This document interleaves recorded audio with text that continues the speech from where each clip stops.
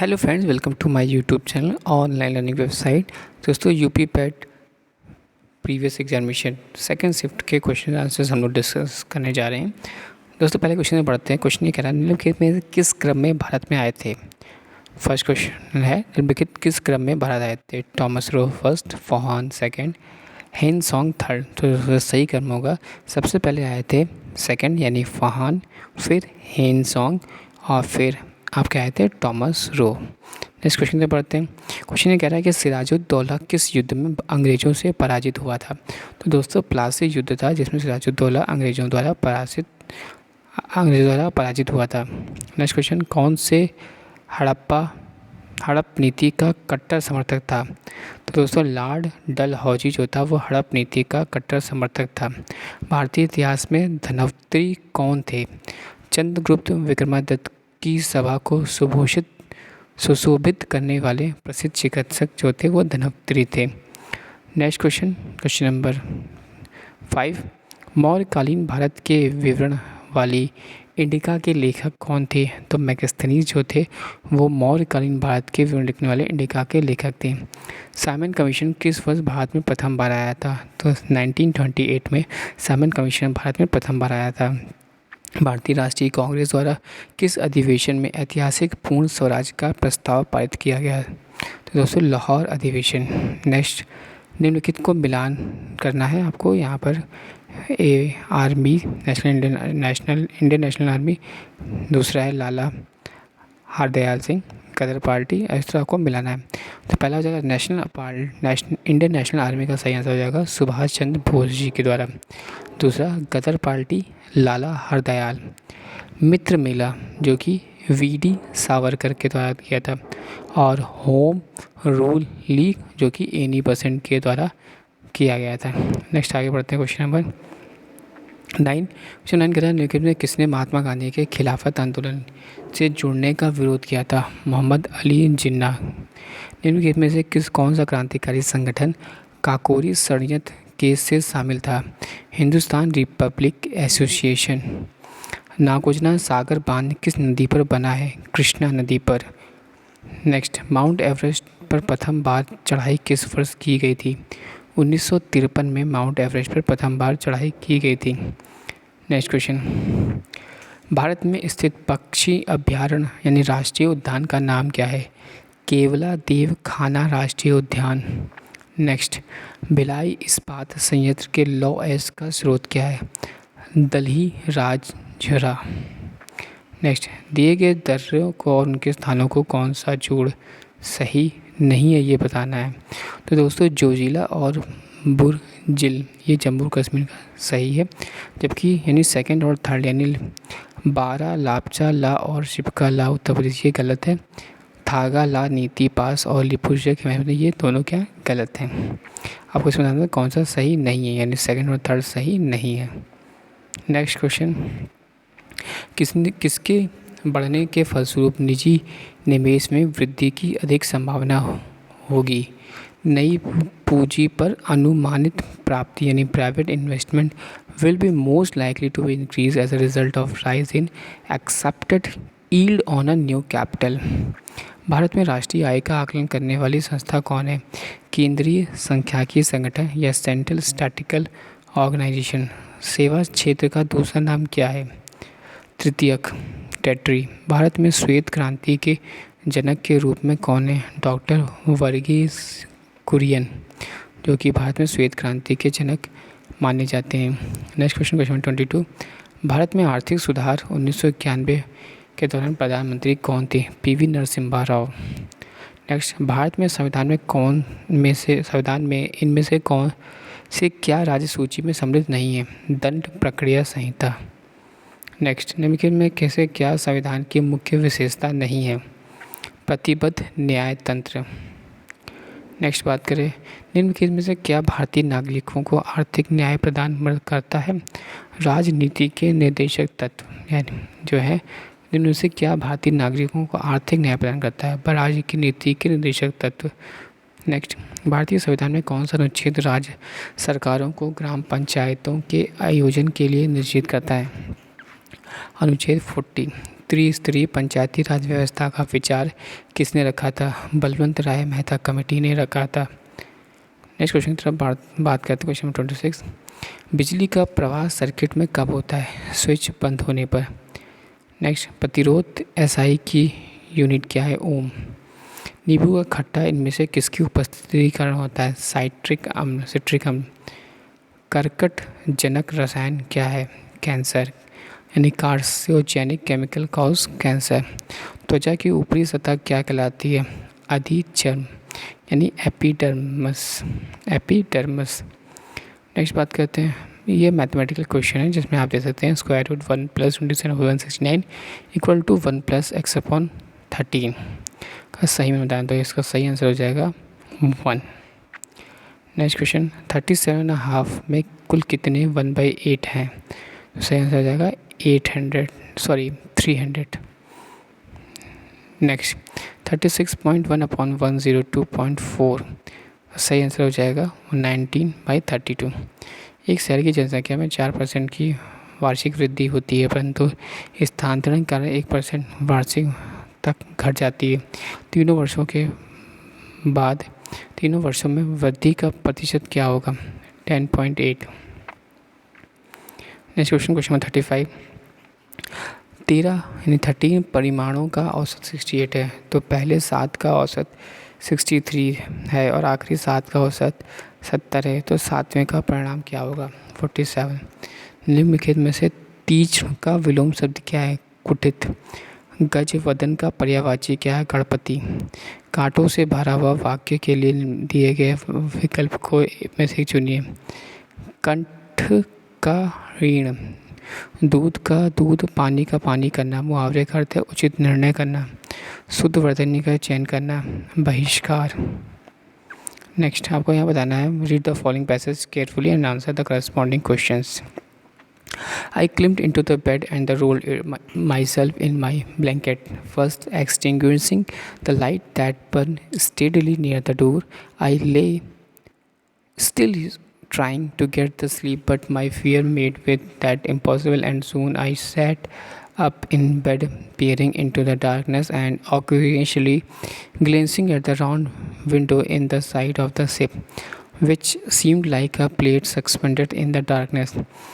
For an hour I must have sat like this, and then I was suddenly roused by a bout of cold air. I jumped out of bed, not having allowed for the motion of the ship. I was instantly thrown violently across the room. Question कह रहा है कि the author set peering into the darkness because he was afraid. Next, the author jumped out of bed because he cold breeze blew past his face. Which one of the following did the author do first? Climbing into bed. Give synonyms for the following word. Dignity. Give antonyms for the following word. Dull. निम्नलिखित में से विकल्पों में संबंधित शब्द का चयन करना है। कुत्ता, रेबीज, तो मच्छर से मलेरिया। नेक्स्ट, उस शब्द का चयन करना है जो बाकी समूह के बाकी शब्दों से मेल नहीं खाता। सूरवीर। एक निश्चित कोड भाषा में कंप्यूटरों को PMO CTUNENOR लिखा है, तो इसमें एडवांटेजेस को क्या लिखा जाएगा? सही आंसर हो जाएगा एविडेंटेंजेंसा। एक आदमी ने महिला से कहा कि तुम्हारी माँ के पति की बहन मेरी बुआ है। वह महिला उस आदमी से किस प्रकार संबंधित है? बहन। यदि 18 फरवरी 2005 को शुक्रवार है, तो 18 फरवरी 2007 को कौन सा दिन होगा? सही आंसर जाएगा इसका रविवार। भारत में उस प्रथम राज्य का नाम क्या है जिसने अपने सभी निवासियों को स्वास्थ्य बीमा प्रदान किया? राजस्थान। RBI ने 22 जुलाई 2021 में किस भुगतान तंत्र को नए कार्ड जारी करने का प्रतिबंध लगा दिया? Master card. योग के बारे में जागरूकता बढ़ाने के उद्देश्य से भारत में किसके द्वारा मोबाइल ऐप नमस्ते योग शुरू किया गया? आयुष मंत्रालय। नेक्स्ट, टोक्यो पैरालंपिक्स 2021 में किसको भारतीय दल के ध्वजवाहक के लिए नामित किया गया? मरियप्पन थंगवेलु। 2021-22 के दूसरे क्वार्टर के लिए सुकन्या समृद्धि खाते की बचत की ब्याज दर क्या है? 7.6%। भारतीय सेना ने कश्मीर में अपने एक फायरिंग रेंज का नाम बॉलीवुड अभिनेत्री डैश के नाम पर रखा है। विद्या बालन। वर्ष 2021 के लिए किस देश का पासपोर्ट विश्व के सबसे शक्तिशाली पासपोर्ट की श्रेणी में सबसे ऊपर है? जापान। नेक्स्ट क्वेश्चन बात करते हैं, तमिलनाडु विधानसभा 2021 का चुनाव किस राजनीतिक दल ने जीता? डीएमके। विश्व शांति सूचकांक 2021 में कौन सा देश शीर्ष पर है? आइसलैंड। कौन सी राज्य सरकार ने मुख्यमंत्री दलित सशक्तिकरण योजना को लागू किया? तेलंगाना। निम्न केस में किस देश को थंडर ड्रैगन की भूमिका से नाम जाना जाता है? भूटान। रियाद किस देश की राजधानी है? सऊदी अरब। क्वेश्चन 63, क्षेत्रफल की दृष्टि से भारत में निम्न में से कौन सा राज्य सबसे छोटा है? गोवा, जो सबसे छोटा राज्य है क्षेत्रफल की दृष्टि से। राज्यसभा में चुने गए सदस्यों का कार्यकाल कितने वर्ष का होता है? 6 वर्ष का। विश्व में संयुक्त राष्ट्र दिवस कब मनाया जाता है? 24 अक्टूबर। अंतर्राष्ट्रीय न्यायालय कहाँ स्थित है? देहग में। वे प्रसिद्ध खजुराहो मूर्तिकला स्थित है मध्य प्रदेश में। नेक्स्ट क्वेश्चन, प्रसिद्ध नवकालेबरा उत्सव इनमें से किस राज्य में सम्मिलित है? उड़ीसा। लेकिन इनसे कौन सी हरित गृह गैस नहीं है? नाइट्रोजन। अर्जुन पुरस्कार किस लिए दिए जाते हैं? खेल के क्षेत्र में उत्कृष्ट प्रदर्शन के लिए। नेक्स्ट, निम्नलिखित गद्यांश को ध्यानपूर्वक पढ़िए तथा उसके आधारित प्रश्नों को सही उत्तर चुनिए। स्वतंत्रता संग्राम मनुष्य में उत्तम और स्मरणीय विशेषताएं पैदा करता है और भारतीय स्वतंत्रता संग्राम भी इसका अपवाद नहीं है। महात्मा गांधी के नेतृत्व में यह युद्ध बिना किसी ईर्ष्या, द्वेष तथा खून खराबे से लड़ा गया और गांधी जी से सत्याग्रह गए थे। इसके पीछे उनकी शिक्षा, धार्मिक आस्था तथा अन्य उपलब्धियों का उतना ही हाथ नहीं था जितना उनकी सदाचरण और व्यवहार का था। इस स्वतंत्रता आंदोलन का स्मरण रखने का मुख्य कारण है यह जनतांत्रिक था, अर्थात इसमें देश के हर वर्ग और जाति के लोग सम्मिलित थे, चाहे वे धनी हो या गरीब हो, नर हो या नारी हो अथवा विभिन्न संप्रदायों के। इसके साथ ही यह एक धर्मनिरपेक्ष और स्वतंत्रता कर्मियों का संघर्षशील राष्ट्रीय आंदोलन था। स्वतंत्र भारत के नागरिक के रूप में हम आज जनतांत्रिक और धर्मनिरपेक्षता का लाभ उठा रहे हैं। हम सोच नहीं सकते हैं कि इतने बड़े देश में अपना शासन करने के लिए हम अपने प्रतिनिधि नहीं चुन सकते या कोई गंदा कानून लागू कर दिया जाता है तो हम उसके विरुद्ध आवाज़ नहीं उठा सकते और हम अपनी राय स्वतंत्रतापूर्वक व्यक्त नहीं कर सकते। उपयुक्त अंदाज में प्रयुक्त स्मरणीय शब्द का अर्थ है प्राप्त करने योग्य। उपयुक्त अंदाज में लेखक के रूप में बताया गया है महात्मा गांधी के नेतृत्व राष्ट्रीय आंदोलन कैसा था। उपयुक्त गद्यांश में लेखक का उद्देश्य क्या था? भारतीय स्वतंत्रता संग्राम की विशेषता बताना। धर्मनिरपेक्षता से क्या था? सभी धर्मों का आदर। कैसे माना जाए कि हमारा स्वतंत्रता संग्राम जनतांत्रिक था? इसमें सभी जातियों, धर्म, वर्गों के लोगों ने भाग लिया। नेक्स्ट, आप गठित गद्यांश है, विधाता रचित इस सृष्टि का सिर मोर है मनुष्य, उसकी कारीगरी का सर्वोत्तम नमूना है। उस मानव को ब्रह्मांड का लघु रूप मानकर भारतीय दार्शनिक ने यत पिंड तत्व ब्राह्मणे की कल्पना की थी। उनकी यह कल्पना मात्र कल्पना नहीं थी, प्रत्यतु यथार्थ भी था, क्योंकि मानव मन में विचारणा के रूप में घटित होता है। उसी की कृति रूप में तो सृष्टि है। मन तो मन है, मानव का शरीर भी अप्रतिम है। देखने में इसके भव्य, आकर्षक एवं लावण्यमय रूप सृष्टि में अंतर यहाँ है, अद्भुत है एवं अद्वितीय है। मानव सौंदर्य साहित्यकारों ने इसके रूप में सौंदर्य के वर्णन के लिए कितने ही प्रस्तुतियों पर विधान किया और इसे सौंदर्य राशि से सभी को आप्यायित करने के लिए अनेक काव्य सृष्टियाँ रच डाली। साहित्य शास्त्रियों ने भी इसी मानव की भावनाओं का विवेचन करते हुए अनेक रसों का निरूपण किया। परंतु वैज्ञानिक दृष्टि से विचार किया जाए तो मानव शरीर को एक जटिल यंत्र से उपमित किया जा सकता है। जिस प्रकार यंत्र के एक पुर्जे में दोष आ जाने पर सारा यंत्र गड़बड़ा जाता है, बेकार हो जाता है, उसी प्रकार मानव शरीर के विभिन्न अवयवों में से यदि कोई एक अवयव भी बिगड़ जाता है तो उसका प्रभाव उसके सारे शरीर पर पड़ता है। इतना ही नहीं, गुर्दे जैसे कोमल एवं नाजुक हिस्से के खराब हो जाने से यह गतिशील वपु यंत्र एकाएक अवरुद्ध हो जाता है। व्यक्ति की मृत्यु हो सकती है। एक अंग के विकृत होने पर सारा शरीर दंडित हो और काल्वित हो जाए या विचारणीय है।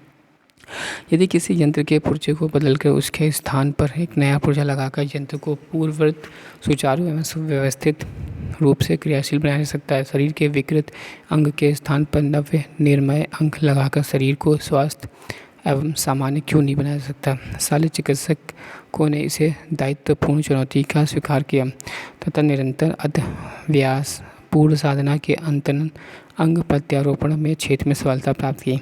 अंग प्रत्यारोपण का उद्देश्य है कि मनुष्य दीर्घायु प्राप्त कर सके। यहाँ यह दायित्व है कि मानव शरीर हर किसी के अंग को किसी प्रकार स्वीकार नहीं करता, जिस प्रकार हर किसी को रक्त से स्वीकार नहीं करता। रोगी का रक्त देने से पूर्व रक्त वर्ग का परीक्षण आवश्यक है। अंग प्रत्यारोपण से पूर्व उक्त परीक्षण आवश्यक है। आज का शल्य चिकित्सक गुर्दे, यकृत, आंत, फेफड़े और हृदय का प्रत्यारोपण सफलतापूर्वक कर रहा है। साधन संपन्न चिकित्सालयों में से मस्तिष्क के अतिरिक्त शरीर के प्रायः सभी अंगों का प्रत्यारोपण संभव हो गया है। मानव को सृष्टि का लघु रूप माना गया है, क्योंकि मानव मन में जो घटित होता है वही सृष्टि में घटित होता है। वैज्ञानिक दृष्टि का अपेक्षाकृत अभाव होता है। साहित्य शास्त्री में मानव शरीर को यंत्रवत कहा गया है, क्योंकि अवयव रूपी पुर्जों के विकृत होने से शरीर यंत्रवत निष्क्रिय हो जाता है। शल्य चिकित्सकों द्वारा स्वीकार की गई दायित्वपूर्ण चुनौती थी अंग प्रत्यारोपण द्वारा शरीर को सामान्य बनाना। अनुच्छेद में प्रयुक्त निरामय शब्द का पर्याप है स्वास्थ्य। यहाँ पे हमें दिखता है क्वेश्चन, यहाँ पर एक रेखाचित्र है जो कि यहाँ पे देख सकते हैं आप। Production of cement million turns 140 और ईयर 2009-10 से लेकर 2019-10 तक हमको बताना है। सबसे पहले अधिकतम उत्पादन अधिकतम स्तर इस वर्ष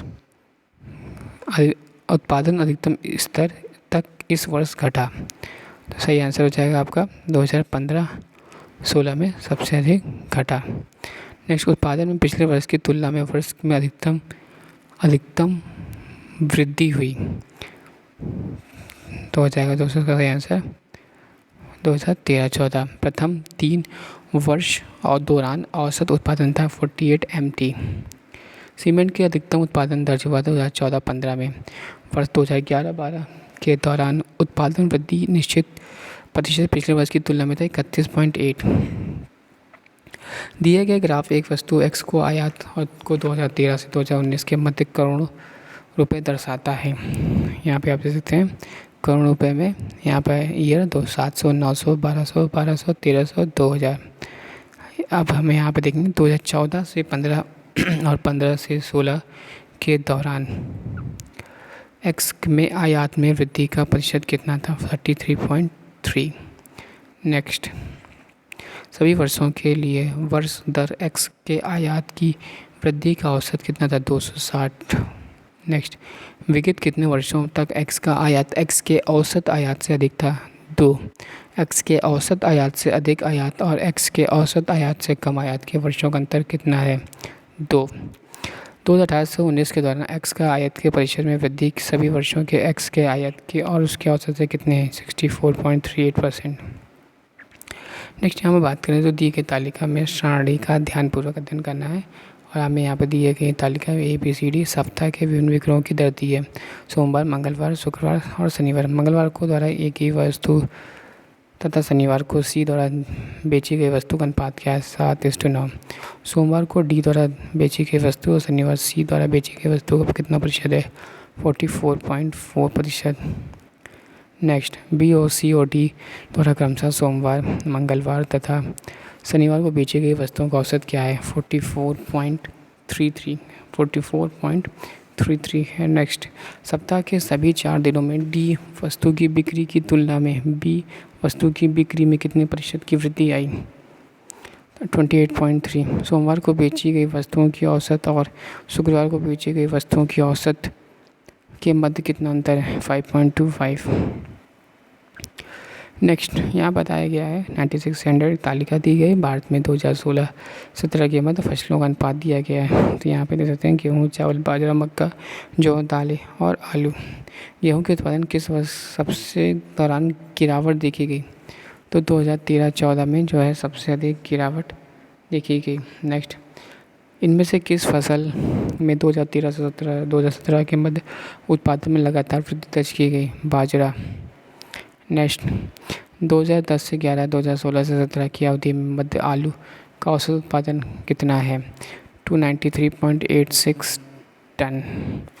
नेक्स्ट, 2016 से 17 मध्य में निम्नलिखित किस फसल के उत्पादन में पिछले वर्ष की तुलना में गिरावट दर्ज की गई? चावल में। और नेक्स्ट लास्ट क्वेश्चन है, आलू के उत्पादन में 2015 से 16 से 2010 से 11 में अंदाजन कितना गुणा है? 1.90। Thanks for watching and sharing.